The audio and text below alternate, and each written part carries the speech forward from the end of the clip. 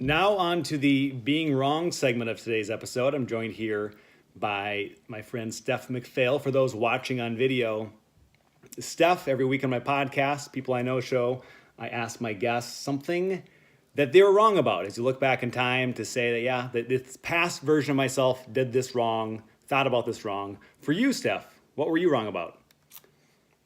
There's so many things. So when you were asking me this earlier, I honestly didn't know what I was going to say. But then I thought more about it and some of the things that came up in my life. And I alluded to this earlier in our discussion, but it was about being perfect. And I don't know where like this idea or this concept of being perfect or this ideal image of being perfect in my life came from. And so I can't like blame anyone for this, but for whatever reason in my life, everything had to be perfect. My house had to be clean. My hair had to look perfect. I think a lot of that is from TV days, just having to look like a certain way. But just, like the dishes had to be done before going to bed at night. I had to make sure that my grocery receipt was under a certain amount of money, and that would, if I spent more than that, I went over my budget and I sucked at life, and so many like weird things that I just set myself up for failure. So there was just this weird level of perfection that I always held to myself, and it caused a lot of anxiety. And do you know, like, when things really started to change were, one, when I had kids, especially with the birth of my second child, but after my dog died, that was kind of a turning point for me, because I feel like everything was perfect in my life if I had control over it. And so, I had control over how my house could look. I had control over how my day could look. I had control over how I could look. And I had control for the most part over my one son, but he was a baby, so you tell me. But the day my dog died.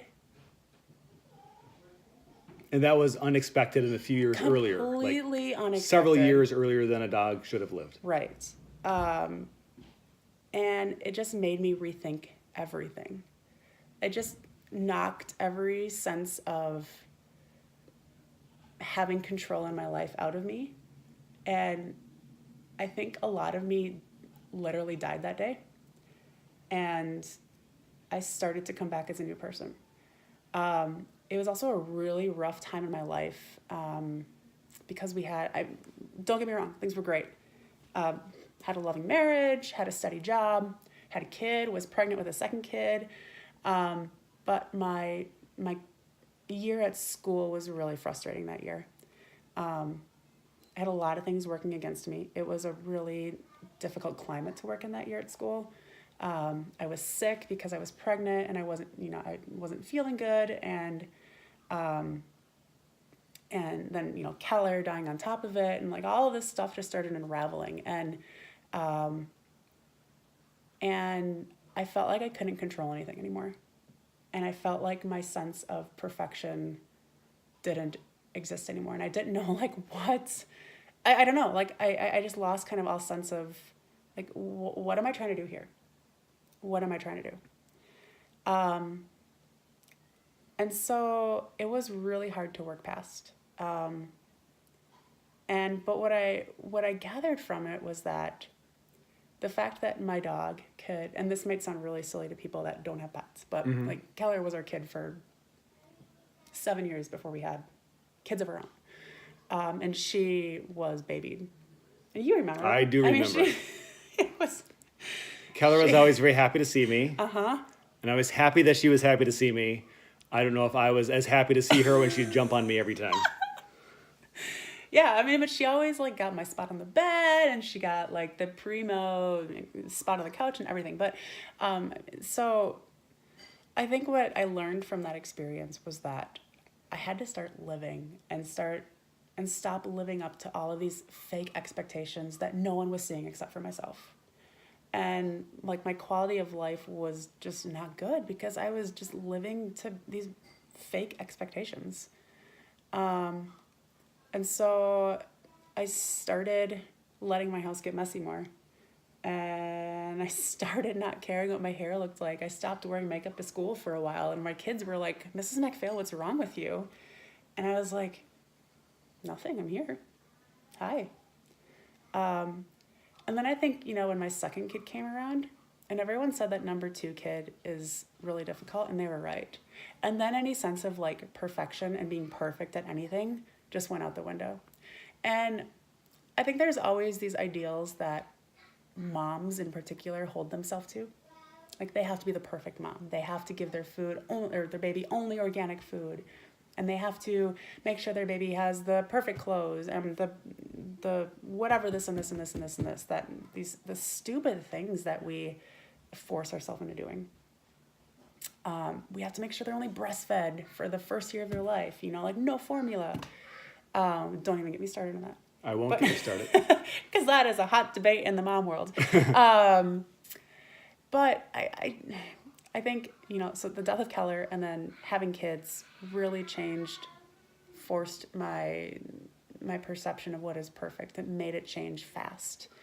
And what matters to me now is 1, that my kids have a good life.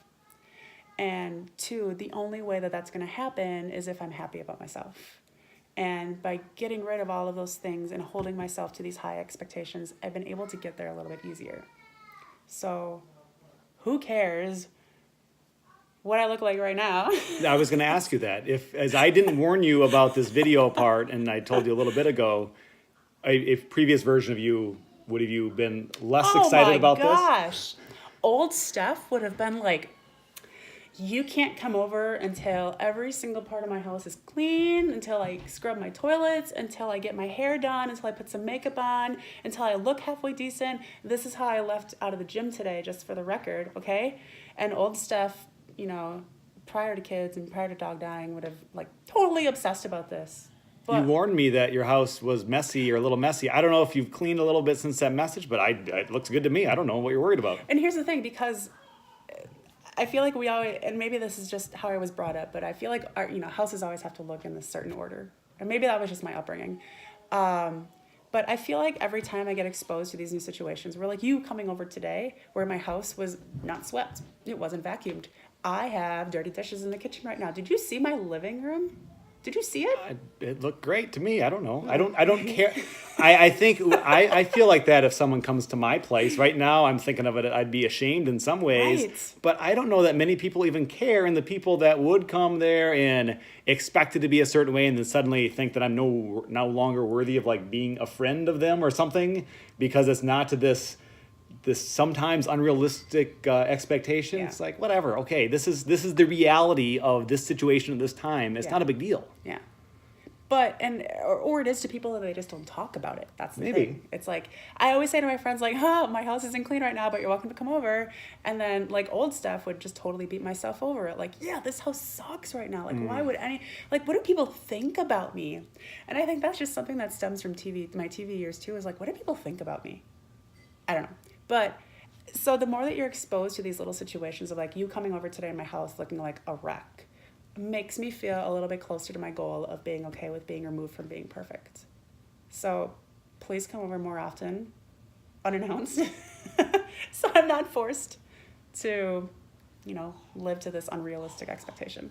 And I think that plays into this podcast existing and even this video right now that we're also recording is when I would think about doing all this stuff, there was this fear, like I wouldn't do it well enough.